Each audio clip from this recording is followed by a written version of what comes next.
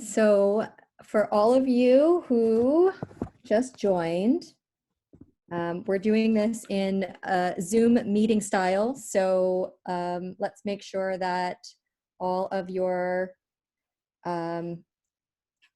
video is off unless you want to be shown. And also just be mindful that if your video is on, we don't need to see you going to the bathroom or anything like that. And also let's make sure that our microphones are muted, which I believe that they automatically are on. So my name is Crystal Caputo. I'm part of the Ascension One collective team. We're a 501c3 charity that was established to support Asil's work. Hi, Osher.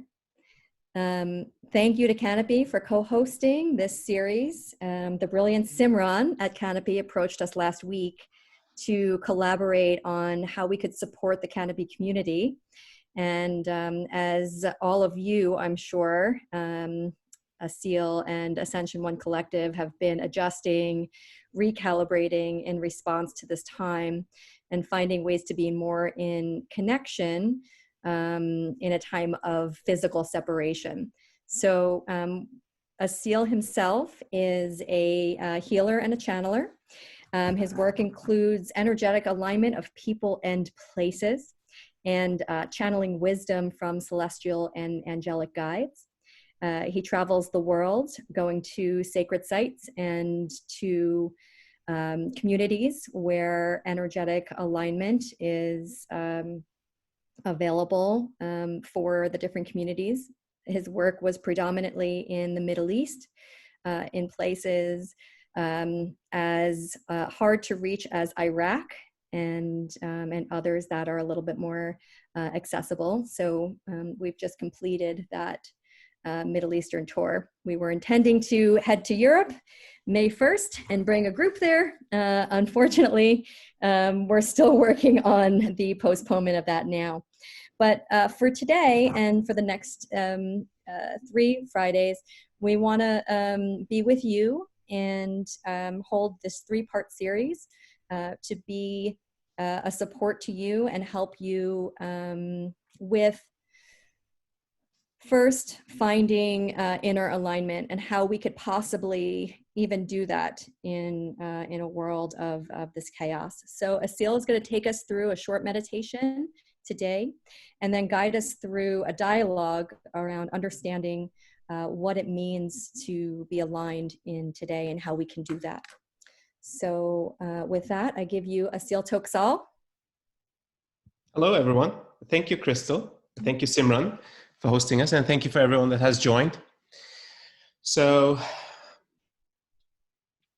what an interesting time it has been. Before I go into some sort of reflection or sharing, I would like for us to just connect with our breath and become present in this conversation. There's a lot of conversations happening simultaneously and probably several happening in your mind or in your heart right now, maybe even in your body. So let's just get present to everything that's going on and bring our attention and focus to here. So I'll invite you to close your eyes for a moment.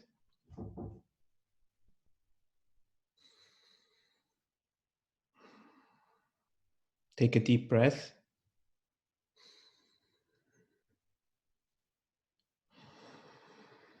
And breathe out all the tension and the contractions that are in your body, that are in your mind, that are in your heart. Take another deep breath in. Feel what this breath feels like in your body, in your system, how it nourishes you.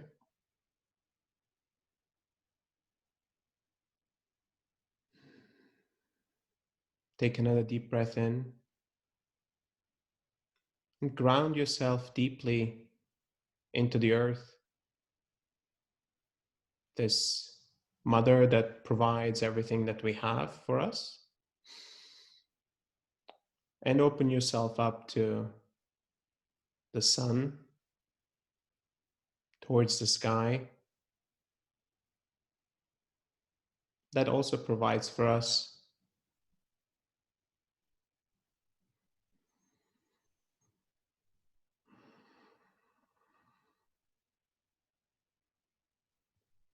Another deep breath in.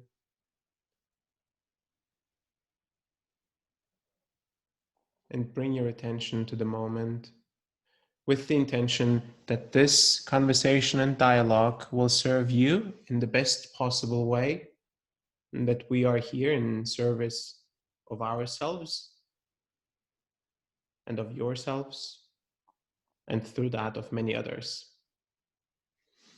You can open your eyes now.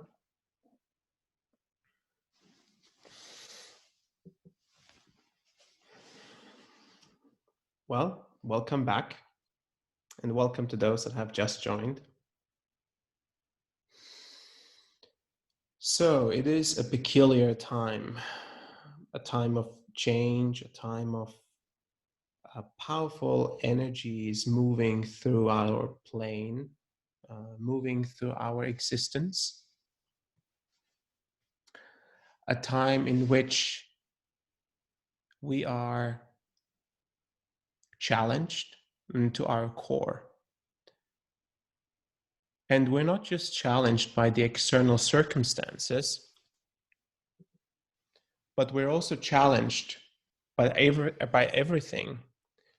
Crystal, keep an eye on the people that are wanting to come in.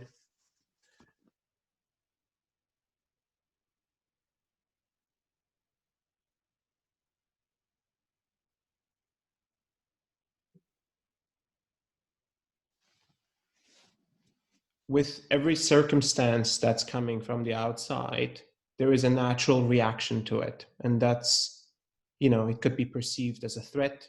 It could be perceived as danger. It could be perceived as discomfort. So there's a lot of things that are coming up just as a natural reaction. And then there is an entire layer of emotions, thoughts, and fears, doubts, worries that might come up alongside with the natural reaction. Now, while the natural reaction is natural and normal, the other parts that are coming up, like those deeply ingrained fears, the disproportionate reaction to the outside experience is often connected to an older experience that we have had in our lives. So that could be older fears of survival. It could be older fears of anxiety or sickness or losing loved ones. So this is the part that comes up that wants to be addressed and wants to be observed. And I have had one of those moments this morning, with everything that's going on, where our jobs and finances are at risk, the economy is at risk, our health is at risk, our community infrastructures, our societal infrastructures at risk. What came up for me was a fear of, oh wow, life is not going to be like the way it used to be, or maybe it will be. But it was a fear that came up that I realized I had to observe more closely. So I spent some time with it in order to see, first of all, what is coming up, what's the root cause of it, where does it go to? And the second part, how do I transmute that? So I'm going to stop right here, and I'm just going to check in to see if everyone feels like this is a topic worthwhile going deeper into. Dealing with the emotions and the thoughts that arise by an external event that's happening, and how to transmute that. Does everyone feel like this is something worthwhile we could look at, or should we go more into aspects of physical alignment, exercise, rest, nutrition, and so on?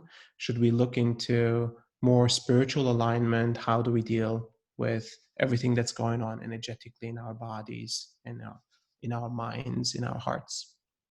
So I guess this is a quick check-in with everyone. I see at least one yes. You can just click the yes button if you feel like, yeah, there is another yes. Okay, great. Well, then I'm just going to go a little bit further into this. And what we can do is we're going to open it up for a Q&A so that you guys can ask and check in about any specific questions that might come for you during what I share. So from all the spiritual work and this work that I've been doing with these celestial guides, what I've learned is that whatever I don't deal with will come back over and over and over again, and sometimes even more accentuated and even more intensely. Now, I realize that, and sometimes it's not the right moment to deal with, a trauma that you have in a client meeting, right? So you may have to suppress it for some time, but eventually it will return and it will come back again. So how do we deal with these things that return and that come back? And even things that you may think you have already dealt with, but there is still something there that wants to be observed. So the collective fear that triggers something inside of me is directly tied to something that is inside of me, right? It's part of my fear that the collective fear is touching on. So the way I dealt with it this morning, I went into a meditation and I looked at all the ways and all the times that I dealt with survival, that I dealt with discomfort, financial discomfort, financial uncertainty. And I realized there were moments in my childhood where this came up and it was very strong. And I realized how the same feelings of my childhood were triggered by something that was relatively unrelated. Now, does that make sense? I kept on observing it and I kept on watching this fear and I kept on visualizing what that fear looks like and what that fear wants to communicate to me. And what did I not see? Which realization did I not have? Because that fear was still hanging out with me, right? So that really helped me. It started to dissolve. It started to have lower impact on me during that meditation.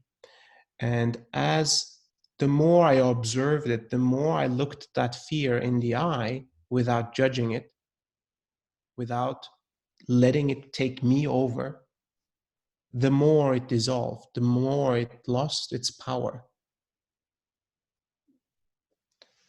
And then I started to become feeling better and more aligned. So this is what I talk about when I talk about the inner alignment. Inner alignment has 4 parts. It's the physical alignment, it's emotional, mental, and spiritual / energetic alignment. These 4 parts of our being need equal attention. Sometimes we give a lot more attention to mental well-being. Sometimes we give a lot more attention to emotional well-being. Sometimes we give a lot of attention to physical well-being. But all of them are connected, intrinsically connected. There is not a way where you can suppress one aspect of your being without looking at it, and the others are thriving. They will not thrive. They will get to a certain point, but only the combination of all of them will rise everything to the top. And we have an incredible opportunity here. This challenge that we're facing and this enforced spiritual retreat that everyone is doing at home is an opportunity for us to really look at everything that's coming up. Because I can guarantee you, if not today, tomorrow, something will come up. Be it with yourself, or be it with your loved ones, or be it with the people that you live with. Something will certainly come up. And the question is, how are you going to manage it? How are you going to cope with it? Or is maybe coping not even the right word? How are you going to address it so ultimately it dissolves into some sort of realization? So this is a little bit of what I wanted to share with you. And as we go into questions and answers, I'll share more of techniques, methods, practices that I've accumulated over the last years that may serve you as well. So, Crystal, what do you think? Should we open it up for questions? Yeah, one thing that occurs to me is the conversation that you had with George in Dubai, Yes. that you led with George in Dubai, just on Wednesday, and how they talked about how you both talked about the grounding, and how there's the spiritual element, and then there's the actual groundedness. Could you maybe elaborate on how you get grounded? Sure. So there's multiple ways to ground. The most natural and the simplest way is eating. And I don't know if any of you have witnessed that, but I certainly have a stronger craving for food these days. It's really fascinating how the body or the spirit knows that if I eat more food, I'll be more grounded. It'll keep me more in this experience. Now, that could be a good technique, but obviously you don't want to overeat and you don't want to gain unnecessary weight during this time. One way to ground for me is to be in nature, and if you have access to it, and to be outside, walking or exercising. There is nothing more that gets you into your body and into your physical groundedness than a truly getting that blood going, getting that breath going, and at least breaking a sweat. So this is one important aspect in my daily routine. Another aspect of grounding is, for me, meditations that specifically focus on grounding. So I'm here having a human experience, right? There are things I have control over, the things of my inner workings, maybe my immediate environment I have control over. But there are so many things I have no control over. So grounding in that experience that many things outside of me I don't have control over, and ultimately I am fine and I will be fine. I trust that this human experience intrinsically provides everything that I need. So there is an element of trust that comes with that grounding. Great. You also talk about your experience with masters, and what the masters have taught you, which I find personally very comforting, knowing that this wisdom doesn't just come from you. It comes from it's ancient. It comes from tried and true methods over thousands of years. Could you share some of those experiences? Yeah, well, there's way too many to dissect. But one thing that I will share is that in many different traditions and spiritual development, there is a clear aspect of uh, isolation. There is a clear aspect of silence, and there is a clear aspect of sometimes fasting, celibacy, or even being in a space of discomfort, moving through this discomfort. And it is a necessary element to get to that next level of spiritual attainment or spiritual development. And you cannot get there without truly working through some of the internal stuff that comes up in these processes. Some of these um, some of these times that I've spent in practice or in intensified practice were week long, a month long, or 3 months long. So in these times, we are continuously pushed to our limit in a controlled, in a safe environment, more or less. And this current situation is also providing that kind of an environment. So I very much relate to, some of you here on this chat have done vipassana. Some of you have done long-term meditation retreats or spiritual fasting or health fasting.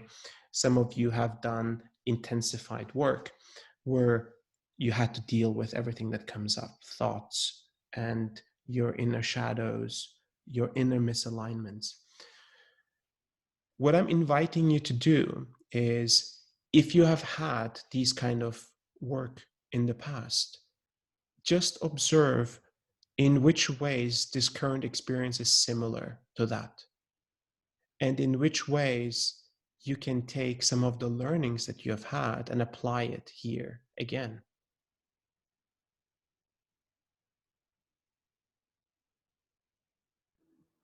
That's great. Are there any questions that arise from the group while Asil is talking about these types of things?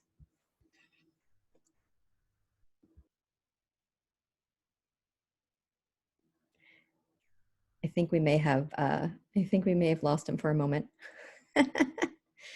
The circuits are overloaded.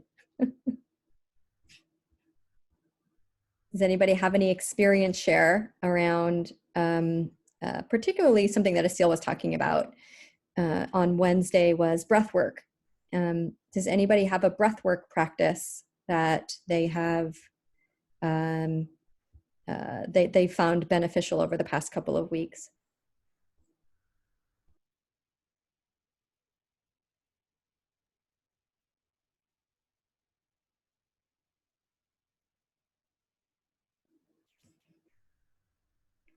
So some of the breath work that we've been hearing about, or at least I've been hearing about, and others as well, have been more of the Kundalini practice. Does Hello, anybody? I'm back. You're back? We were just talking about Kundalini practice, or I was. Great.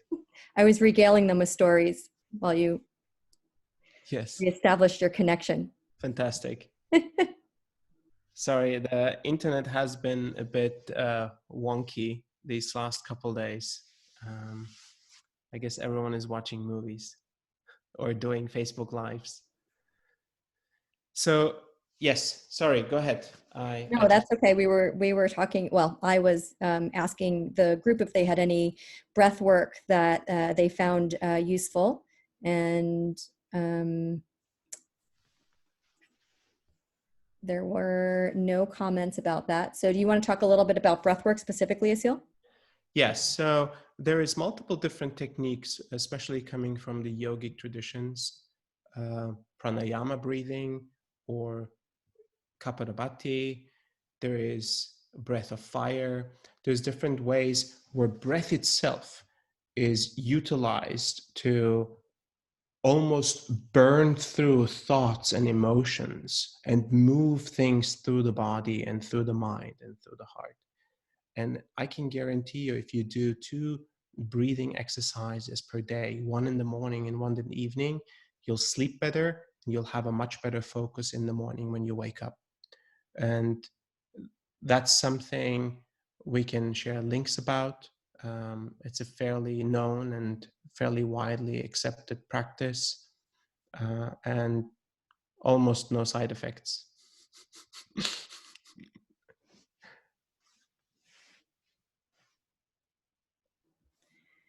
So in the detail of the event, Asil, when you and I were going through it, we were asking each other questions about what does it mean, what kind of questions would come up around finding inner alignment.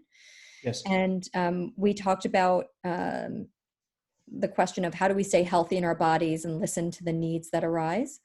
We had touched upon how there are triggers, Mm-hmm. and when triggers come up, if it's possible to observe them and be aware. But did you want to say anything more specific around how do we stay healthy in our bodies and listen to the needs that arise? Sure. I can talk a little bit about that.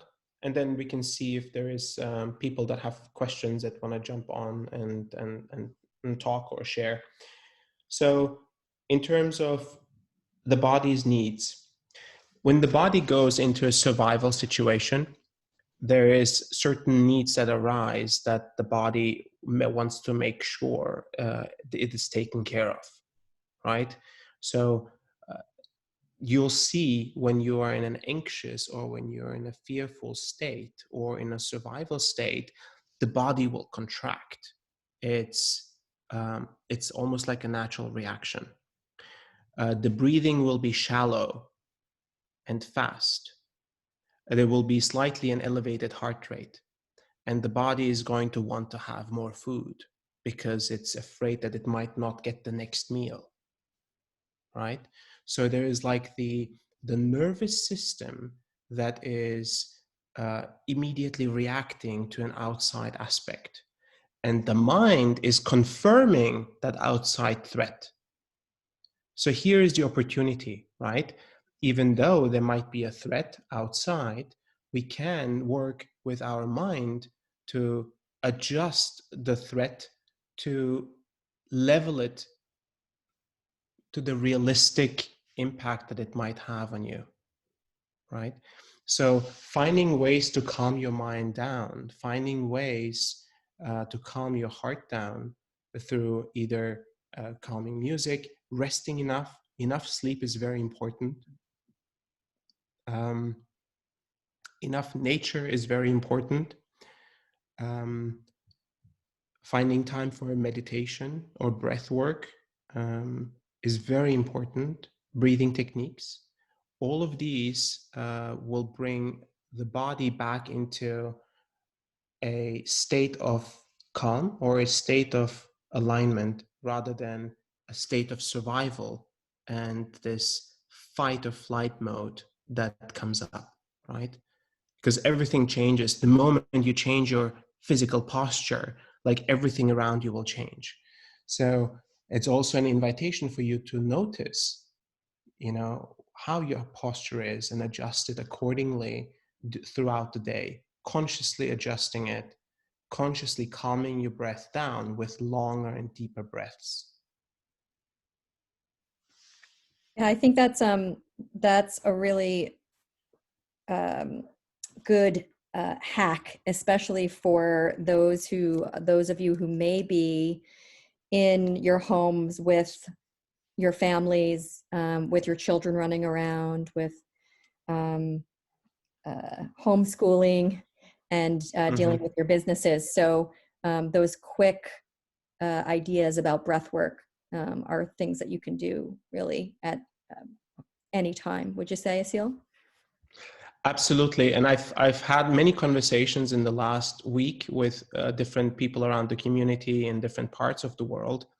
And what comes up is that most people have increased the frequency of their practices. They meditate more often, even throughout the day, even if it's 5 minutes or 10 minutes.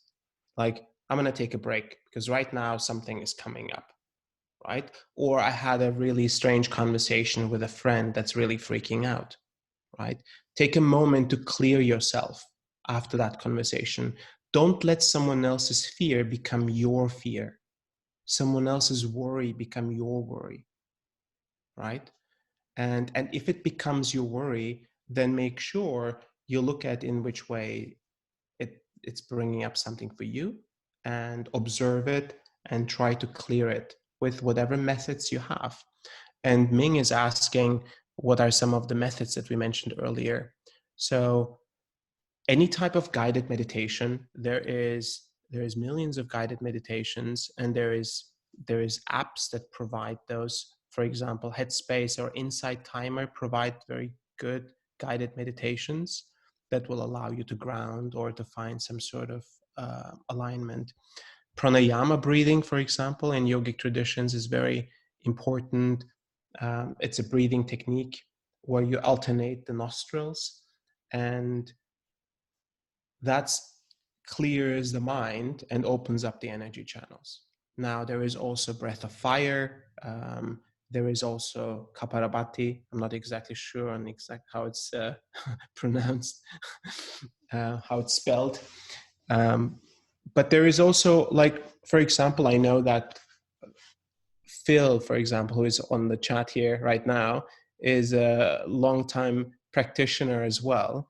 And I would even like just, ask Phil what he's got going these days, so how he is aligning to keep his stress level in a good state, as well as being present. Do you want to chat a little bit about with us, Phil, on that? Sure. Can you hear me? Yes. Well, I think everything that you've said has completely resonated with me, as far as like every day I'm doing a 5 to 7 mile hike with my dog. And I think for me, the thing that grounds me beyond a lot more meditation. So I've been doing early morning meditations, long meditations, moving energy, and embracing the emotions that are coming up, really validating them and giving them, honoring them. Mm-hmm. And then I think caring for other people and other things. So really reaching out,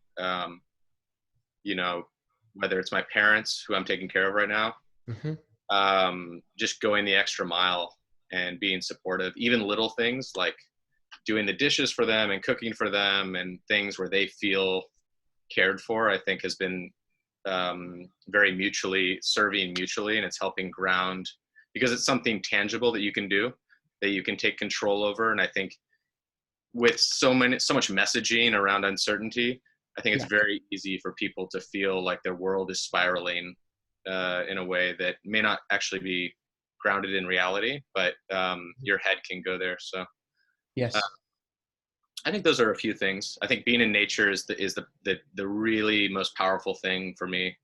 Yes, that helps me support myself and then support the people around me. That's great. Thank you so much, Phil. Yeah. And I've also noticed putting my focus onto service and assisting others through this process really forces me to be in alignment. I can't be spiraling into a place and still wanting to serve others, right? It doesn't work. And that level of service almost, puts you into a place where you consistently are aware, am I aligned and can I serve right now? Yeah. So also wanted to see if Osher has a thing or two to say about her daily practices.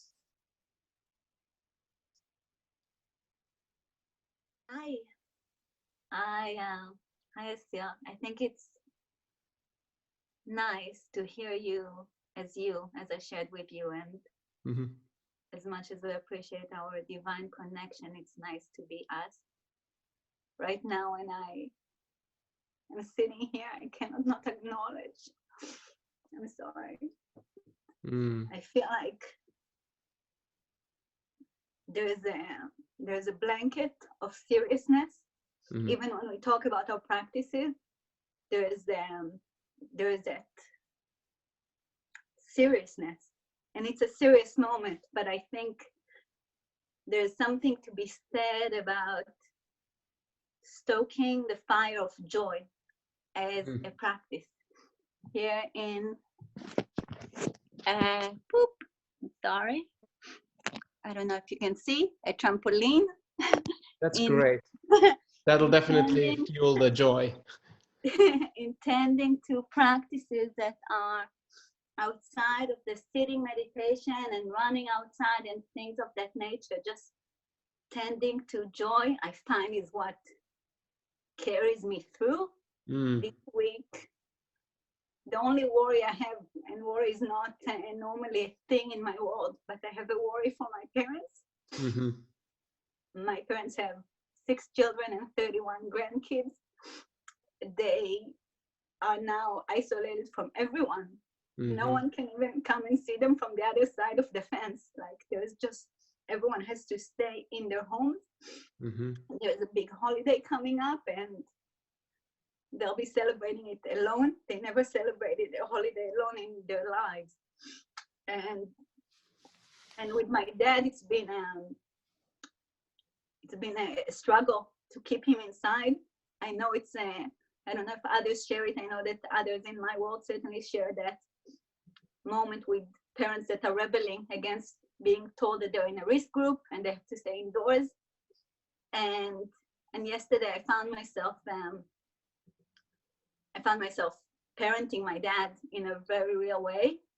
And I had to tell him in color about how, there are specifically communities that just implode into themselves under that moment, and to paint him in color how the rabbi of Italy now has to approve the cremation of Jews, which is unheard of.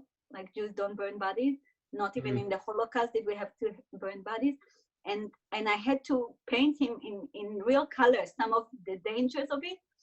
And I feel like if it wasn't for an actual practice of joy to come back to as a practice, it's the first time that I'm realizing it as a practice, that would have derailed me. Like just thinking about it now brings up tears in me, but I feel like I rest with joy, and that's something that I want to see more of in, I think is needed in spiritual conversation, like tending to joy, to a childlike joy.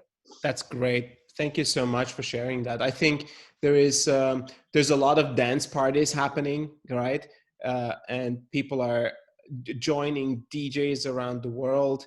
People are joining Pilates and yoga sessions and ecstatic dance. I even heard of like socially distant ecstatic dance, like where people are meeting up 6 feet apart from each other for an ecstatic dance. So Sunday I'll be attending a black tie dinner in my living room, like gown and everything, candlelight. So things like that, absolutely. Tend to happy hours. Practice. Yeah. Happy hours. Practice. So there's a lot of ways to fuel the joy as well, feeling other emotions. And I think it's really interesting to understand like how interconnected we are. How interconnected we are to the overall feelings that are happening in all of society. And when there is a global fear that's arising, it's almost like a vortex. It's like a cloud, right? And this cloud is maybe here to stay. I don't know for how long, but it will be here for some time. And the question is, can we as exemplary individuals transmute our fears without diminishing the actual experience that the other person is having? Okay, so it's important to understand that if someone else is experiencing fear, even if it's completely irrational, it is a fully subjective and fully valid experience of that individual. So that is an important aspect to acknowledge, and at the same time, make that fear of the others, not yours, and transmute whatever is arising for you, observe it, and realign, if it's through joy, if it's through breath, if it's through nature, whichever it is. So I think we can take another someone's share. We have Naveen, we have Marine, we have David Ellington as well. I see Ruby is here. Anyone who wants to share, feel free. I'll give you just a brief anecdote from my sister. She's a hospitalist at UCSF, and she and I spoke last night.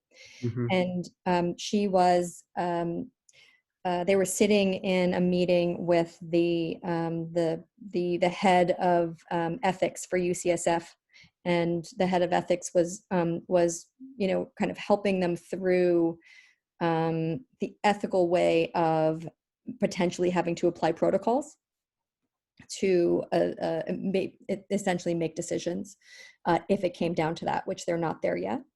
But in the middle of the presentation, the woman who was presenting this, she said, "Okay, now everybody just stop and take a breath." And then she put on a bunch of memes that were going around.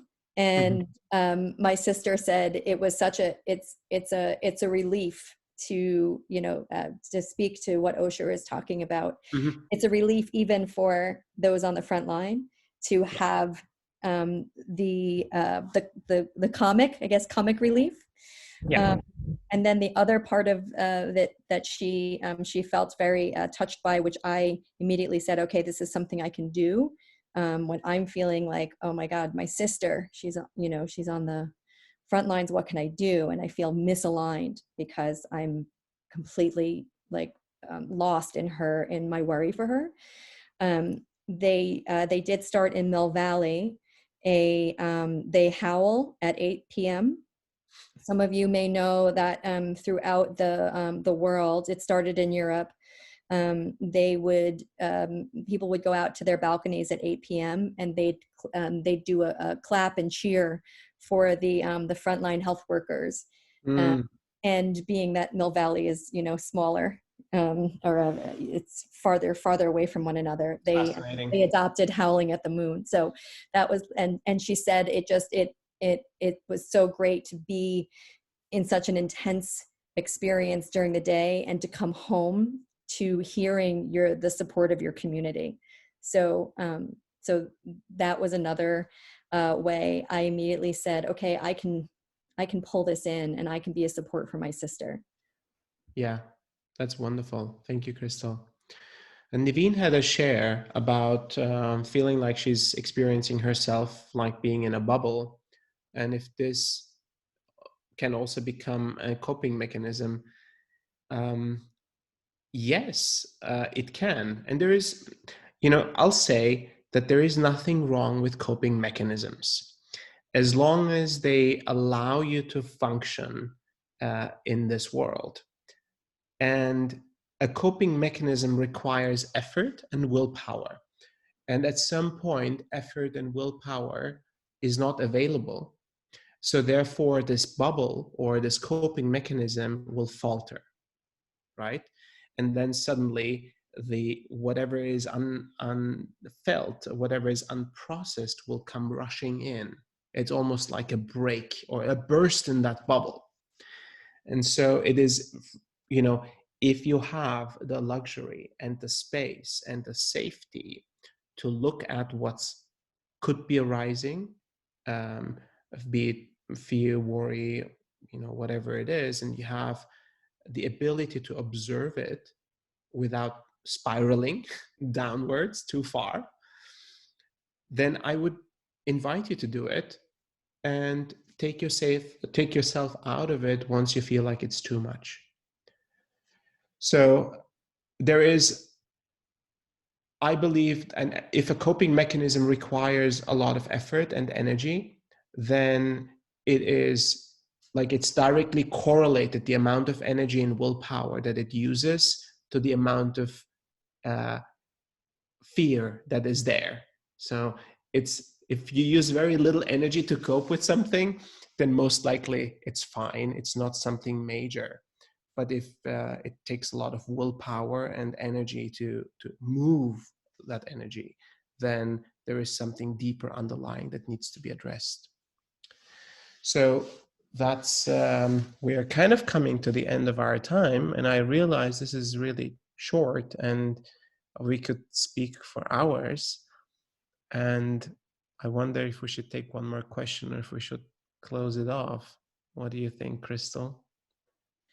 I think if somebody wants to raise their hand or throw something in the chat right now, then I think that would be fantastic. I